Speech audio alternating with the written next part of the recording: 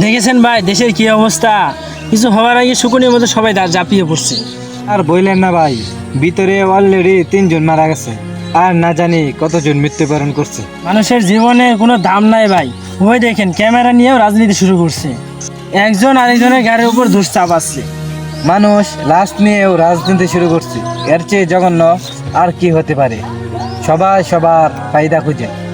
হ্যাঁ ভাই, আপনি এখানে কি করছেন মানুষের এত ভিড়ের মাঝে? আমার একটা ফেসবুক পেজ আছে, ওখান থেকে যদি ভিডিও থেকে 10-15 হাজার টাকা ইনকাম হয় তাহলে তো 10-15 দিন চলতে পারবো। ও আচ্ছা, এই ব্যাপার তাহলে। ভাই কিছু মনে নিয়েন না, আমিও একই লাইনের লোক। আমার একটা ইউটিউব চ্যানেল আছে, ইউটিউব চ্যানেলের নাম মনের মতো টিভি। বলেন কি ভাই, আপনিও? এটাই ভাই দুনিয়ার নীতি।